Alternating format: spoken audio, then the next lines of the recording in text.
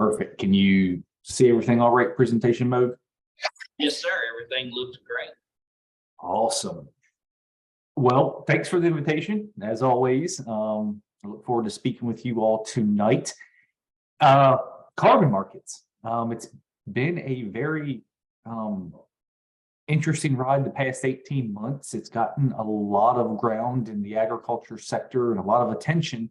And so for the past 18 months, I've been traveling around talking to producers across the state, across the US, and actually internationally on these markets that exist. And so what we'll go through today, you'll see there on the left-hand side of your screen, some of the topics that we will cover.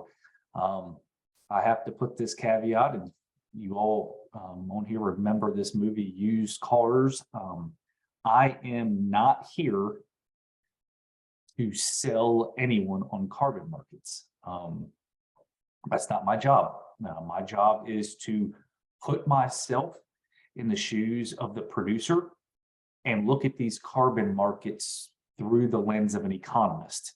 And so that's what we're going to do today. I'm not coming at this from an environmental perspective or an advocate or selling anything. It's, again, looking at these through the lens of an economist. And so we'll go over a few of these concepts and we'll have questions at the end.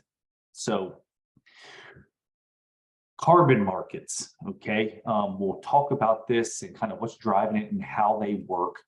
And so why do these carbon credits, what are they, why do they exist, and where's the demand and drive for these markets? Well, if you think about carbon and how these markets have generated across the globe, there's really two broad categories that are driving carbon markets across the world. The first one is what are called compliance-based markets. And so what that means is a state or federal government basically comes in and they tells an industry, a sector, or anyone that you can only emit so much greenhouse gas emissions. And once you go over that cap on emissions, you have to find a way to basically offset any emissions that go above that threshold, okay? And so what happens is in those type of scenarios, those companies will then go into these carbon credit markets and purchase carbon credits to offset their emissions, okay? An example of that is actually in California within their sulfur emissions, and they have a cap and trade program in place there. However, when it comes to carbon markets, okay, what we have to remember here is this is not driving US carbon markets, okay? Other markets across the globe, they are compliance-based markets. What is driving markets today is what are called voluntary markets.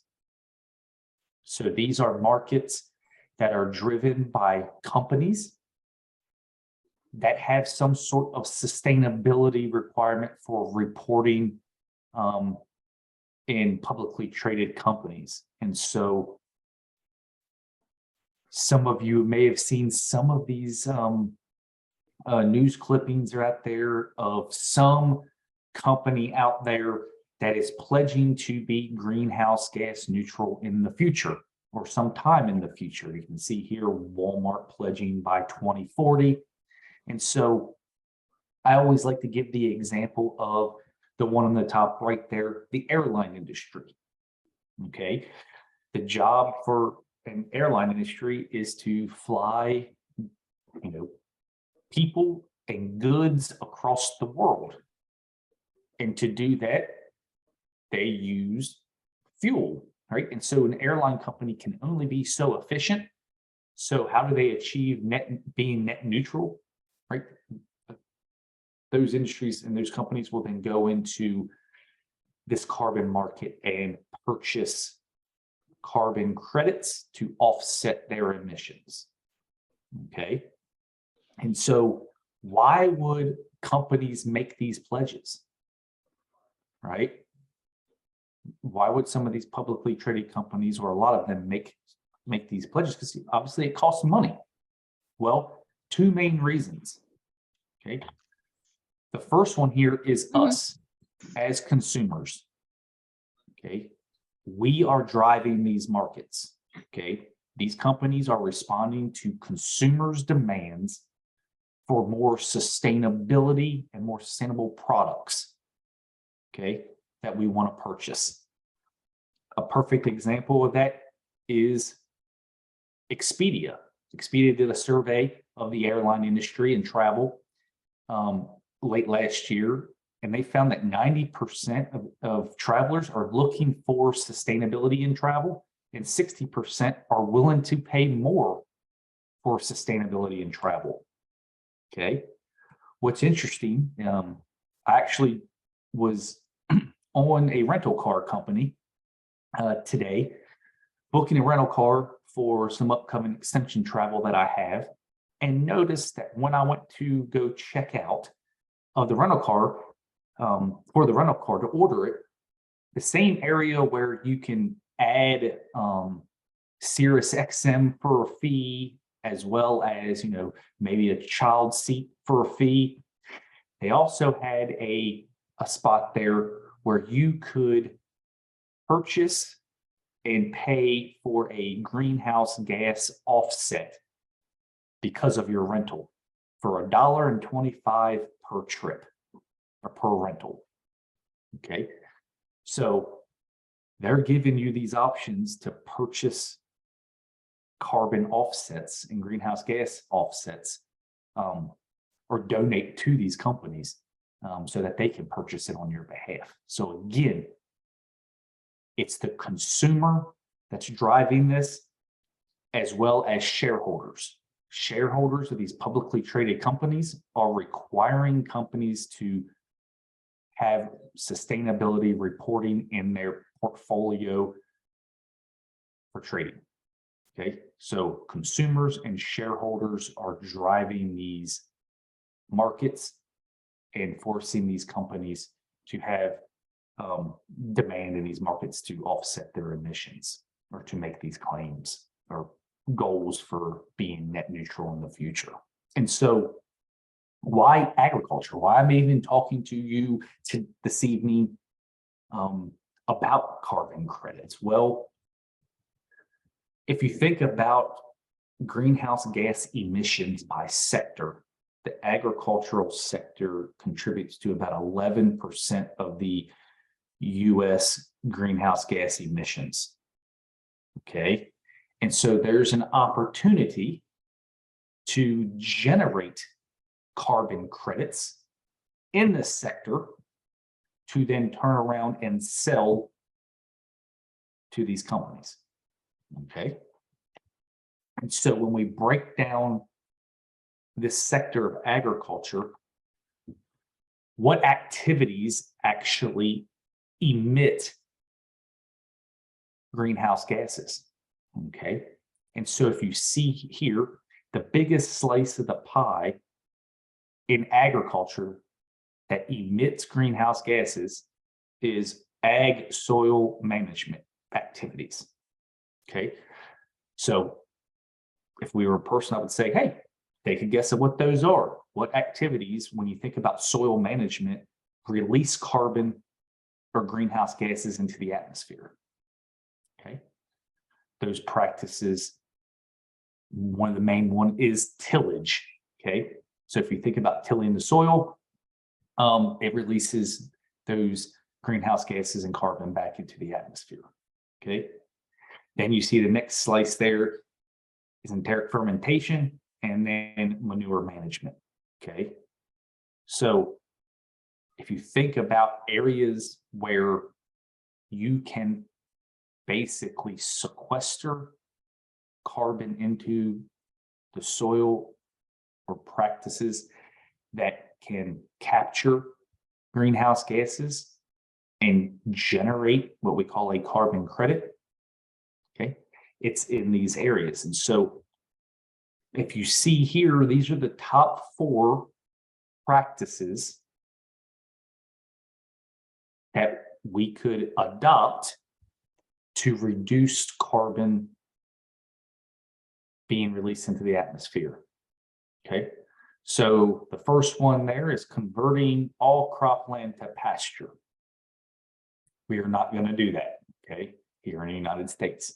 So that's not necessarily an option. However, these other ones of using a winter cover crop or switching to some sort of conservation or no-till is an option for us, okay? And so when we think about a lot of these pro-carbon programs, okay, what they will be paying for are activities that either pull carbon out of the atmosphere and keep it in the soil, or adopting practices that prevent it from releasing back into the atmosphere. Okay. And so how do these work? Okay, we're going to think about this at a high level on the structure of these carbon markets. Okay, let's just say we have myself here, Shockley Farms. Okay, I'm a row crop producer, and I get approached by what we call an aggregator, and it could be they are offering a carbon program. Okay, carbon program X. Okay, so this aggregator comes into an area, just say it's your county or group of counties, and they approach multiple farmers, and they are offering a program where they will pay you to adopt practices that sequester carbon. In the row crop sector, we'll talk about this in a minute, is that those 2 practices are converting to no-till or adopting cover crops. So the seller or Shockley Farms adopts cover crops. They then generate a carbon credit, and that aggregator pays you, for that farmer, for the carbon credit. Okay, the aggregators now own that carbon credit, and then they get that verified, and in turn sell those to, or those companies pledging those greenhouse gas reductions buy those carbon credits that have been certified. Okay, so at a high level, that's how it works. Okay, there are a few examples where the aggregator is also the buyer. What do I mean by that? Some programs and some companies are paying you to adopt practices, and they then are keeping them internally themselves and not turning around and selling them as to offset their own emissions. Okay, so what are some key things to think about when we discuss these carbon markets? The biggest characteristic here is what we call additionality. Okay, the majority of these programs require you to adopt practices that generate or sequester additional carbon in your soil, okay, so that they can turn around and sell that additional carbon. What does that mean in lay terms? Okay, if you're a row crop producer and you are currently doing no-till practices and or currently doing cover crops, you are not eligible for the majority of these row crop carbon programs. We'll talk about some of the other sectors here in just a minute, but if you are a continuous no-till operation or you've done cover crops for the past 5 years, you're not eligible because you've already sequestered that carbon in the soil. And so they're not going to pay for what's already in the soil. They want additional carbon to be pulled out of the atmosphere and sequestered. The other one here is verification. As I mentioned, these carbon credits need to be verified because you can imagine if you're a airline company and you're paying money, you want to make sure you're paying for what you think you're getting, right? And that is a carbon credit that's been sequestered in the soil. And so there's 4 registries here where these companies go and purchase verified carbon credits that have been generated. What's interesting is if you go into any of these registries, the majority of the carbon credits there are generated from the forestry sector. Okay. And you can imagine that it's a lot easier to verify that a forest is still standing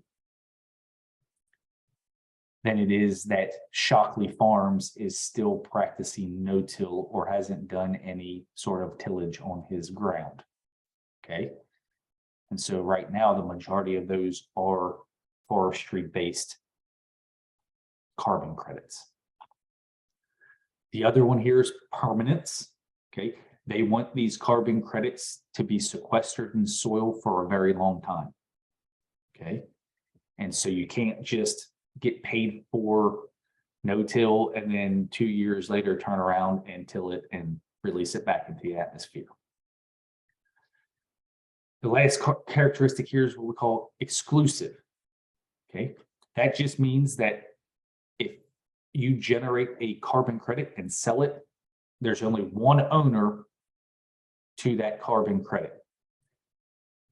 A airline company and a software company can't own that same carbon credit. It's exclusive to the buyer. Okay, so you've got 4 characteristics here that you need to consider. And so let's talk about some of these programs that are out there and available. So there are currently a lot more programs being offered for row crop producers than any other sector right now. You can see the list here. I continually add to this list on a monthly basis. Okay. This is a list of all those that are offered in the United States. The one that has the Kentucky state outline are those companies that are basically, quote, operating in the state and are signing up producers in Kentucky. So you can see here, one of the ones that has been very active in the state is Indigo. Okay, and so these companies are offering programs that pay producers to adopt cover crops and convert to no-till. What's interesting here, you'll see here a couple familiar names like Bayer Carbon. Right? Bayer Carbon is one of these companies that does not turn around and sell those carbon credits. They are keeping them internally. All right. Another one to think about it is at the bottom right there is Kellogg's. Okay. This is an interesting move in these programs that are being offered, because this is the first time that basically a food or beverage company is going directly to a farmer, to farmers to help them adopt lowering greenhouse gas emissions and practices. And they are focused in on rice producers. Okay. And so this is a trend we need to keep our eye on, and I'll address that issue and concern at the end of the presentation. So what are some payments? What are individuals getting paid? These contracts and these programs vary by company, but range in the area of $15 to $25 per metric ton of CO2 equivalent. Okay, that can confuse some folks. We're in the agriculture sector. In the ag business, we're used to dealing in dollars per acre, right? And so why would companies be paying in terms like this? Well, 1 metric ton of CO2 equivalent is equal to 1 carbon credit. Okay, so they're basically paying $15 to $25 per carbon credit that's generated. And so what I like to do is give an example. This is an example farm that we ran through one of the popular estimating models that's being used by these companies to estimate how much carbon you can sequester by adopting certain practices. So you can see here this farm in central Kentucky, if they converted to no-till, they would sequester 0.65 metric tons. And at the high end of that price range, you're looking at $16.25 an acre. For adopting cover crops, this farm would sequester 0.4 metric tons per acre. And so the high end of range, that's $10 per acre. And so, however, if you look at the US average, this example is actually higher than the average across the US that can be sequestered by these practices. And so I hope this highlights, right? And you may be thinking, wow, they're paying us to do these practices, but it's definitely not enough to cover our direct costs. Okay. Because $10 an acre for adopting cover crops won't even pay for the seed for the cover crops, let alone everything else. Okay. So keep that in mind, is that we're not quite there yet on the prices being offered. So that's where we're at on the row crop side of things. What about programs out there for woodland owners? Okay, so there are 2 to 3 carbon programs to look out for this year for woodland owners.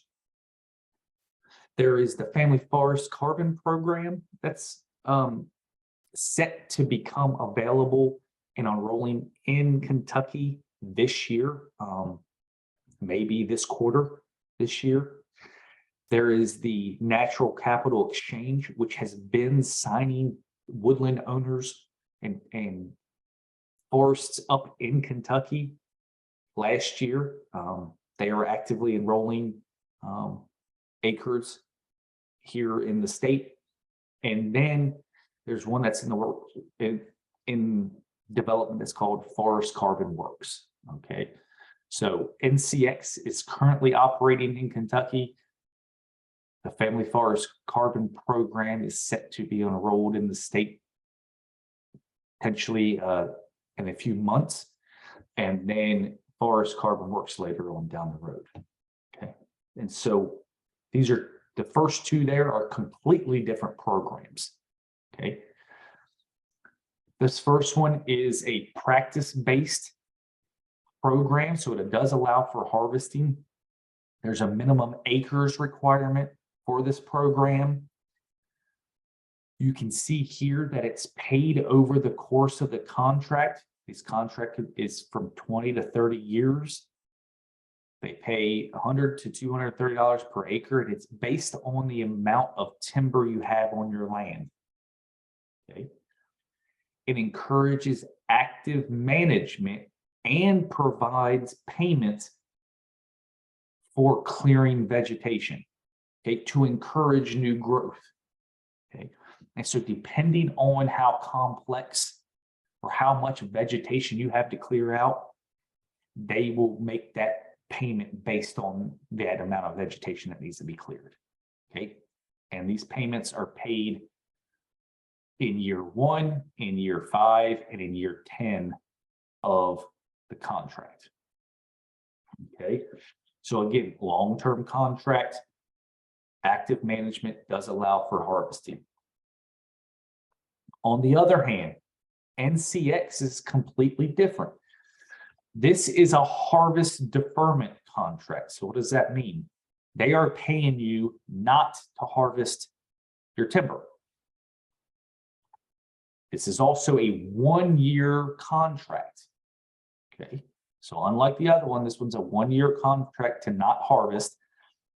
And they have minimum credits that are generated, not acres. And so what does that mean?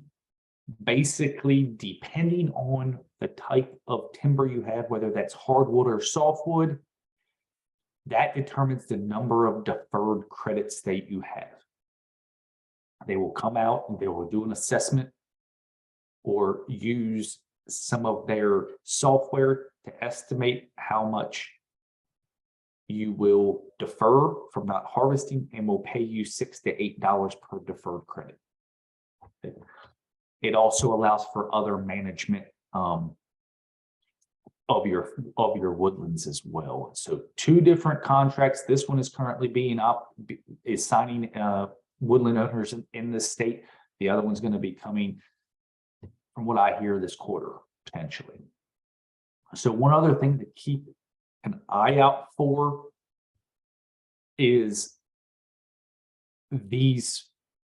some of these large firms and companies actually buying large tracts of woodlands to basically hedge against their emissions. Okay, so think of an example in the airline industry coming in and buying up Robinson Forest. That's not good, in my opinion. Okay, and so I don't, something to keep an eye on. You may or may not be approached, depending on how large a tract you may own, by some of these companies and just purchasing your woodlands instead of you enrolling into a carbon program. Okay, so something to keep in mind there. Rolling on to programs for livestock operations, specifically your beef production. Okay, you see some here that are familiar names that we saw before in the row crop space. Okay, what you will see here is that there are no Kentucky state outlines next to any of these programs. I have not heard yet any of these programs being offered to Kentucky beef producers. Okay, that does not necessarily mean that there isn't, nor does it mean it's not coming this year. Okay, but I have not heard, but they are operating in the US and offering programs. So what are we hearing about these programs from other states? Okay, what are they paying for? They are paying for, quote, regenerative practices, regenerative grazing, or rotational grazing. Okay, unlike the row crop contracts that say you need to adopt cover crops or you need to adopt no-till, this is very holistic. It's not prescriptive, and they don't necessarily give definitions of what rotational grazing means and how intense you have to be. Okay, and so there's a lot of questions about what this actually means that you're actually potentially enrolling and signing programs to do. These range in contract lengths from 1 to 30 years. There's no minimum acres required in any of the contracts that I've seen. You can see here how much they're paying. It ranges roughly in the same range as what they're paying for row crops. But one thing to keep in mind, right, is that first characteristic that we talked about, key characteristic of additionality. Okay, when we talk about rotational grazing, or grazing in general, we do a lot of that here in Kentucky. And so depending on the definition, I don't know if we'll be eligible or not. Okay, depending on how these companies decide what is qualified as regenerative practices or regenerative grazing. Just to give you an idea of rotational grazing across the US, this is a graphic that USDA just put out here recently of rotational grazing, 2 different types. They're calling it basic rotational grazing and then intensive rotational grazing across these 5 different regions. And you can see there in the Appalachia region, which is Kentucky, almost 50% in this region do some form of rotational grazing. Okay, so will or will we not be, quote, qualified to enroll in any of these livestock programs? Okay. As you can imagine, a lot of these programs that are being offered for livestock producers are in this Southern Plains area in Texas and Oklahoma. And as you can see, they are the lowest percentage of rotational grazing.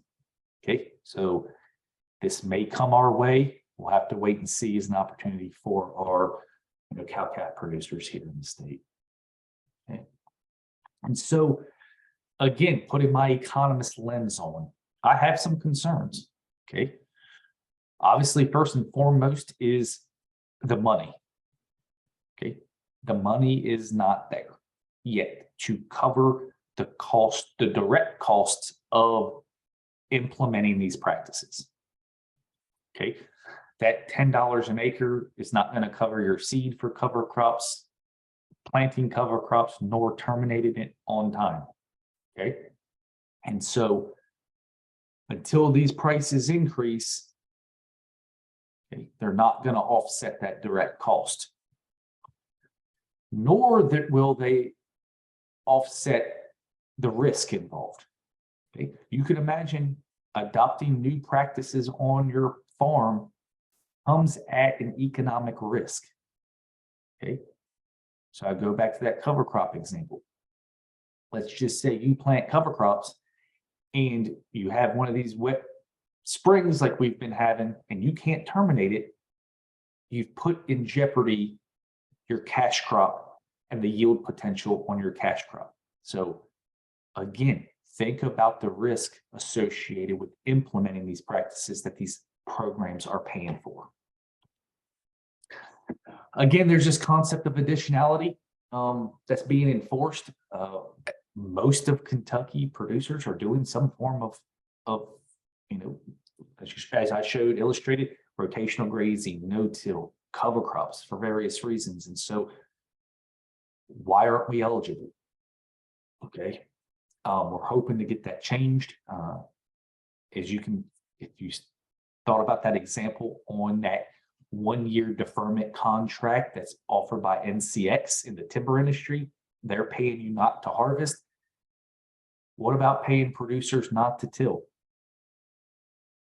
Okay, or not to, that's been practicing no till. I mean, I think there's evidence in this timber contract that this may be an opportunity in the row crop space.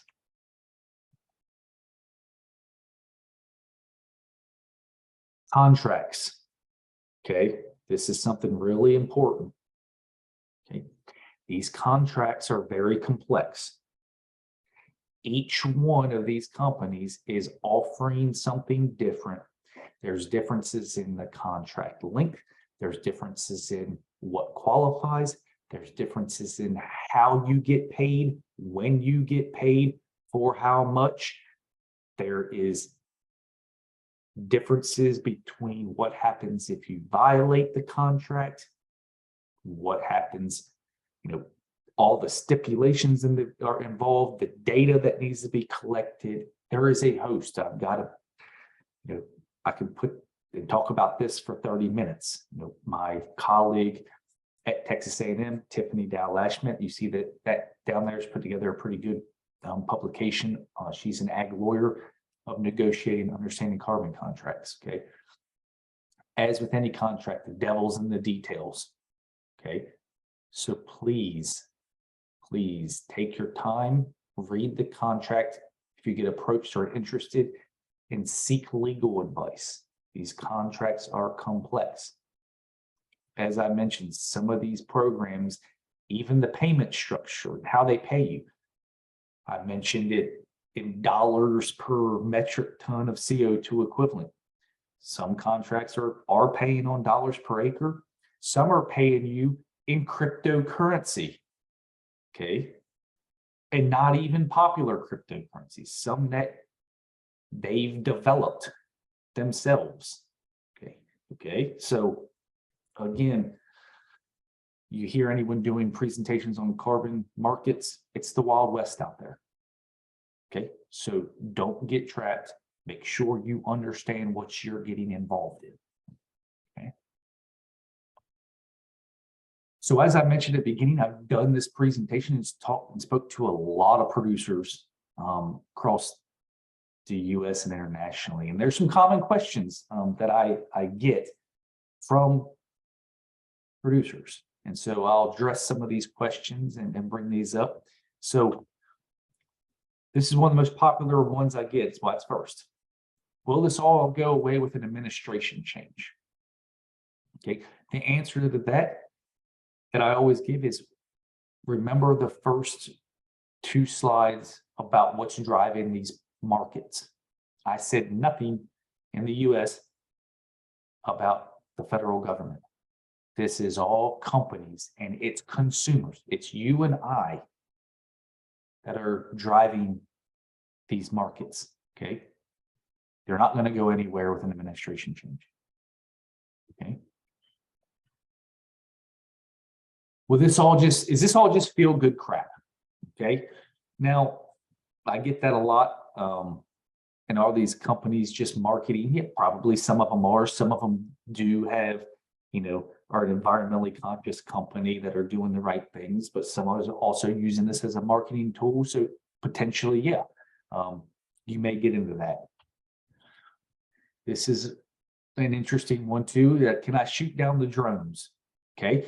In some of these contracts, they require aerial imagery and drones to fly over your property to verify that you're still doing what you had signed up to do. And since you signed a contract to agree to that, no, you can't shoot down the drones. Okay. Why am I not eligible? It sounds like it's not the right time for us. It goes back to that additionality. Okay. If you haven't done, if you're doing these practices that they're paying for, they're more than likely they're not going to pay you to continue doing it. They're looking for new adopters. Then I get on the same vein, can I break out the plow and be eligible? The answer to that is yes, if you do it for 5 years, because a lot of these programs have a look back period where you have to provide them your production practices going back up to 5 years so that they can provide a baseline estimate of what you can potentially sequester by adopting those practices. So no, you can't just break it out for 1 year, till up the ground, and be eligible. What are the margins for these aggregators and how much are they selling these credits for? Okay. We don't know the answer to that. Okay. I like to joke with my colleague, Dr. Kenny Burdine, and say it's kind of like Packer margins. We don't really know. Okay. But what I can say is there wouldn't be as many of these companies coming online and offering programs if there wasn't money to be had. Okay, so just be aware of that. Will the prices for these carbon credits increase in the future? My answer to that is the way that these pledges are made, if you remember, like the Walmart being pledging greenhouse gas neutral to 2040. These pledges are out in the future. They're voluntary pledges. If they continue to hold, right, the demand for these carbon credits are going to increase in time. Okay, so as an economist, supply, demand's increasing. Okay, we should have increases in prices. The World Bank estimates that by 2030, these carbon credits need to be, what was it? It was $80 to $100 per metric ton of CO2 equivalent. Okay, so that's almost 4 times what they are right now. So if these pledges continue, I expect prices to increase in the future. Why should I give up ownership of my carbon credits? Okay, this is an issue I'll talk about in a minute, but right now you own everything on your farm, right? If you're sequestering soil or sequestering carbon, you own it. You haven't given up rights to that yet. Okay. As soon as you enroll in these contracts, you no longer own those carbon credits. Okay, so keep that in mind. Right now, you do own them, but you give that right away when you sell.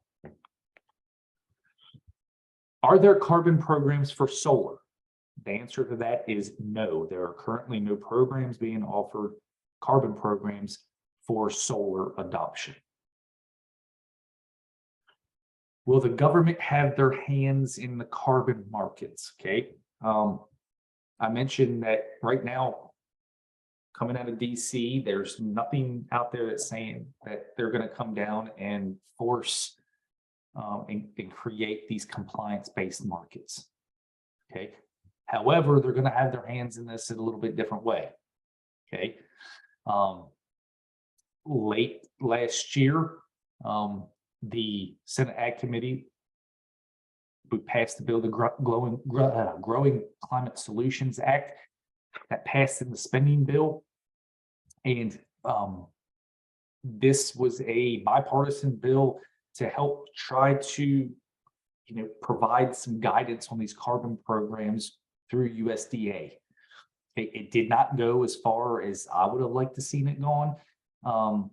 But basically what it has done is gives USDA the authorization to basically create a registration list for these programs. Okay.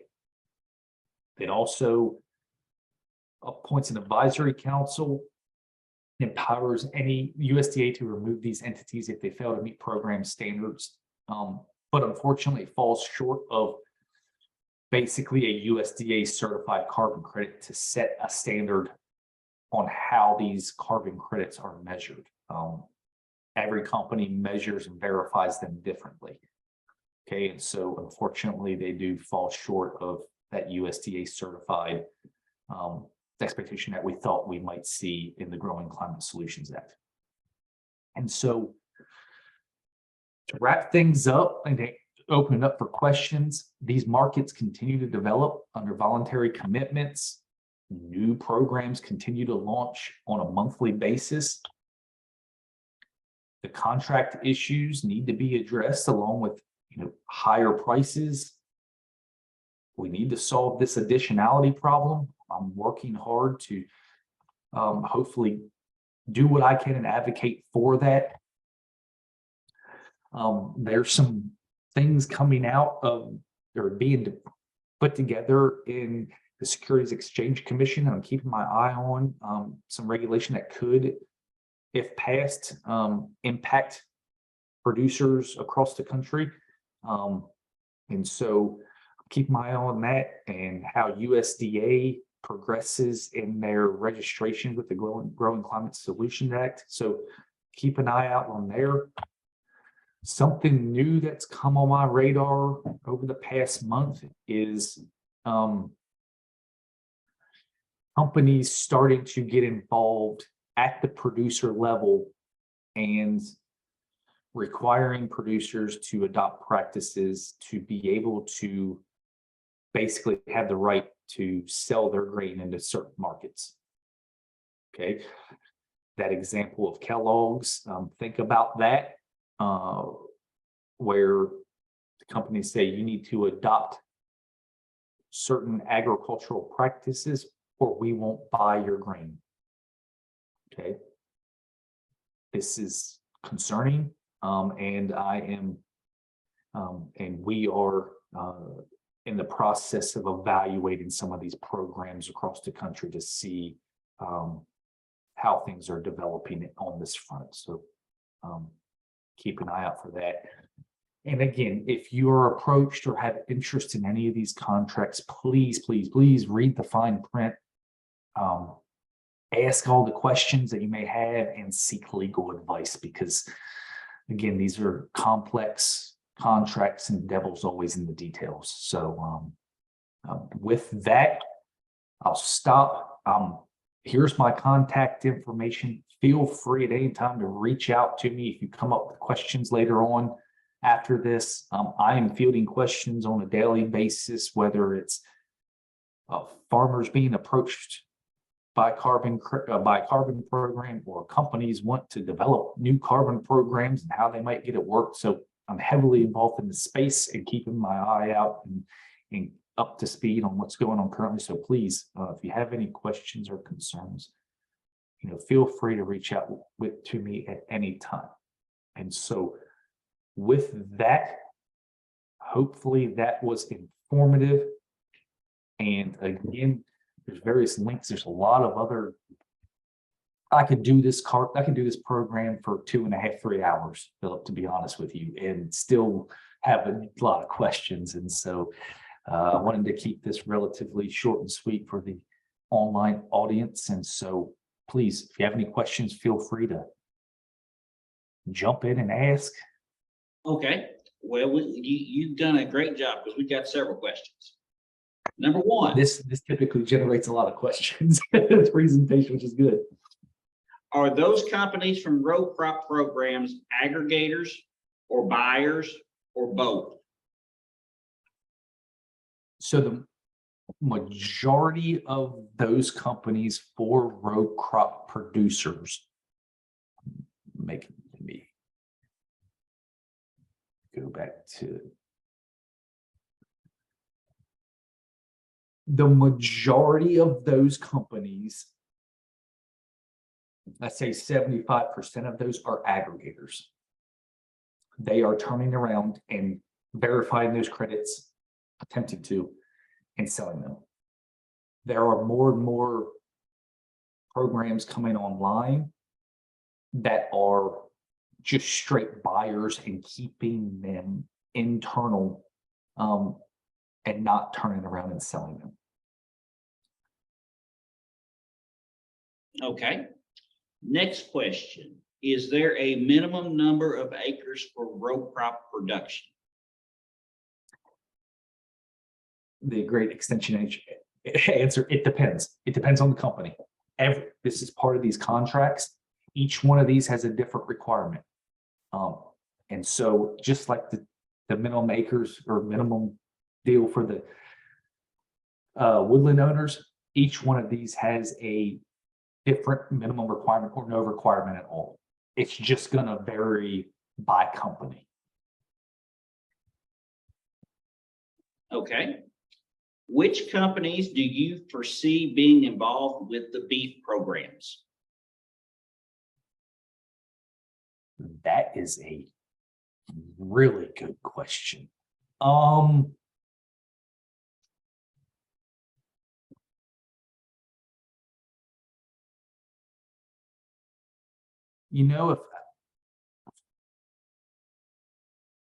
If I were to guess, just because for Kentucky producers, just because of the activity that I'm seeing on the row crop side of things and the presence, I think indigo might be the one that we may see first in the state.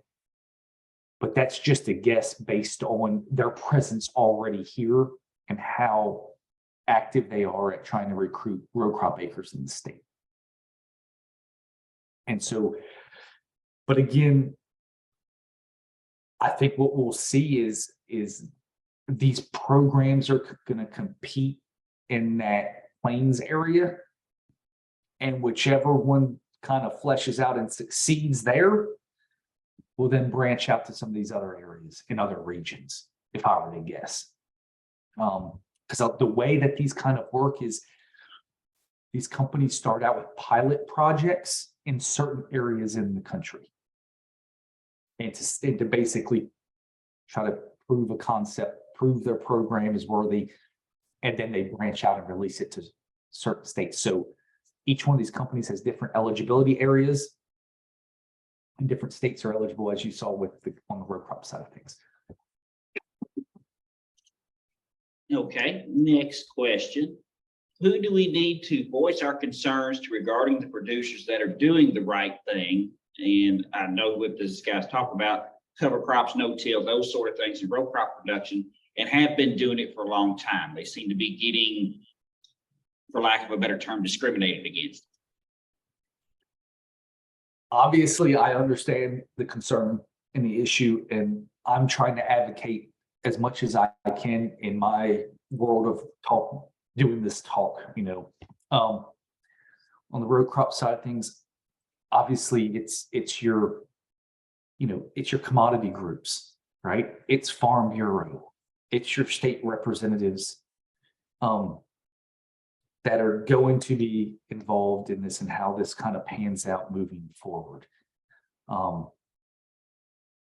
What I am worried about, what I'm trying to do is trying to figure out a way, the best way for you to be eligible still, and still, well, to participate, even though you've been doing this for a while. And so whether that's a new program or one of these programs that changes their attitude towards additionality, or we might see some flex in this market where instead of someone buying this carbon credit over here, right, that's kind of, I don't want to say imaginary, but it's a carbon credit, and then you selling your grain over here. So you're decoupling these two products to sell. What happens if we keep them together and you basically have a differentiated product because you produce that grain under no-till and cover crop practices? And so that grain could be worth more to those buyers and offered a premium, if that makes sense. So think about it as maybe in the example I can think about is the organic sector, right? It's produced under certain practices that was derived by demand from consumers, and they're selling it for a higher price, right? So I'd much rather see the sector go that way than where we're at right now. But that's an extended answer. Talk to all your ag advocates out there as much as you can, because right now, the way that these are structured, unfortunately, you're not going to be eligible. Now, there's some nuances with some of these contracts where, let's just say, cover crops, right? Let's just say you are doing, I don't know, cover crops as in like radishes or turnip, something like that. And then now you adopt a 5-way mix, right? That's a change in your practice, even though it's a different type of cover crop, if that makes sense. And so there's a little bit of nuances there, but for the most part, yeah, contact your ag groups, because they know what's going on. I've talked to them quite a bit, and they're aware of everything that's going on. Okay, let's see. Can credits be gotten for wildlife land rehab such as deer and pollinator plots?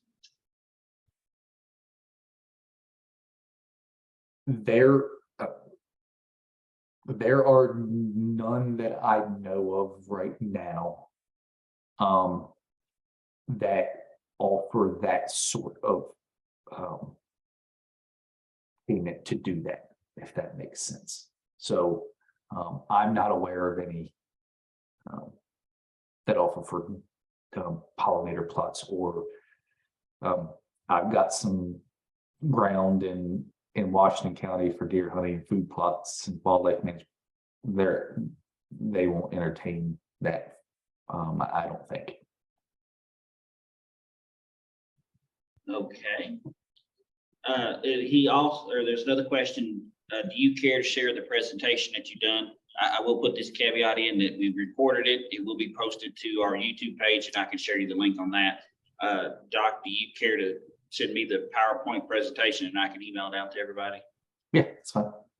Okay. How many of these carbon practices can be doubled up with NRCS practices to help offset the cost for landowners? Very good question. Let's start that question. Probably should go into my frequently asked questions list. I don't want to get too long, but good question. Unfortunately, zero. And the problem there is that a lot of these contracts in the appendix, the devil's in the details I mentioned, they don't allow you to accept money from the federal government. So example, equip, right, for cover crops. The concern there comes at that exclusive characteristic, right? And so if you're one of these carbon programs and you're paying for a producer to adopt cover crops, right? And USDA is coming in here and also paying, who then owns that carbon credit? Is it USDA or the carbon program? And so a lot of these programs are hedging against this because they want exclusive rights to that carbon credit. And so there is verbiage in there that you cannot accept any federal government payments. Now, that also means, interpreted by lawyers that have read some of these contracts, no federal dollars. Okay, that doesn't just mean equip. That means potentially crop insurance payments. So understand, again, like I mentioned, the devil's in the details there and how they define what a federal payment is. Okay, shift gears to our timber markets here. How detailed of a report is required? Do you have to have an expert to come in and do a timber stand inventory, or are they going to take your word for it, or how's that work? Good question. So I need to also make a plug for my colleague real quick, Jacob Muller, who is the relatively new forestry specialist at UK. He is doing a lot of work in this space with forestry, woodland carbon credits. Him and I work closely. I met with him just yesterday and we touch base a lot. So the way that I think some of these, well, especially the one contract that is being offered, they come in and do an initial assessment and look at stands, and then they use aerial imagery and some software to do a estimate of your stand count. And so that's kind of what you can expect, either an aerial imagery type quote verification, or boots on the ground through Forestry Service, or to come and do an in-person type stand count. All right, now I got one more question. I'm gonna put you on the spot. What is one takeaway message that you want people on this Zoom to take home with them? The takeaway here, be cautious, be very cautious. Okay, I do not want you to blanketly sign or get involved in any of these contracts. Okay, understand that these are complex. I can't stress that enough.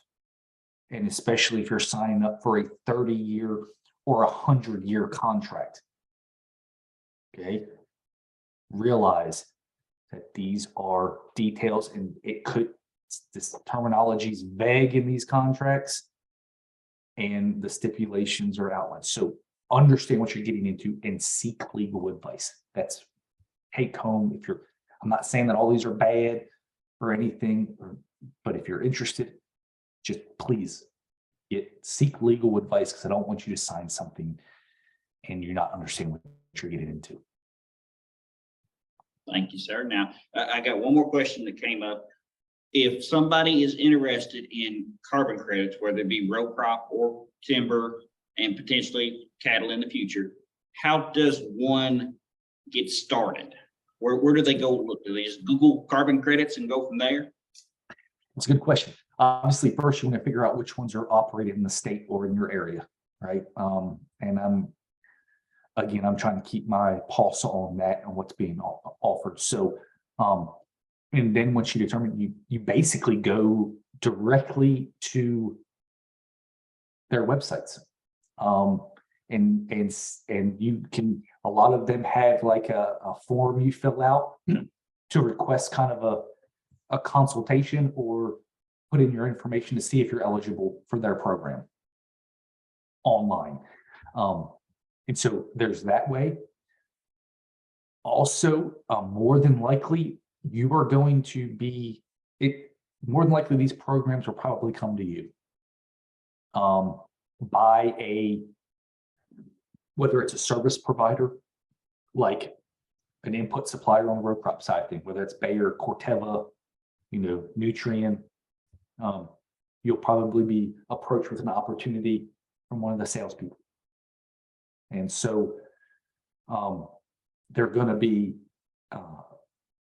opportunities there to get involved if you're interested. Well, thank you, sir. I think that's going to wrap us up. I appreciate you taking time and joining us on this cold night. Also, if you need CAPE education credits, reach out to your local agent and tell them the password Buffalo Trace. I will send them an email out first thing in the morning if they get a call and somebody says Buffalo Trace and see in CAPE credits, they'll know what you're talking about. If they don't, have them call the Lewis County Extension Office and I will gladly explain it to them. Other than that, April, Sam, David, Rebecca, do you all have anything that you want to add real quick? Sounds like not. So, Doc, thank you again. You all be safe. If anybody thinks of any questions, Dr. Shockley gave his email address, or feel free to reach out to your local county agent and they can give you the answer as well. Other than that, we'll see you all later. Thanks. Thank you all. Appreciate it. Hey, we want to say thank you. He's already out. You're welcome, Phil.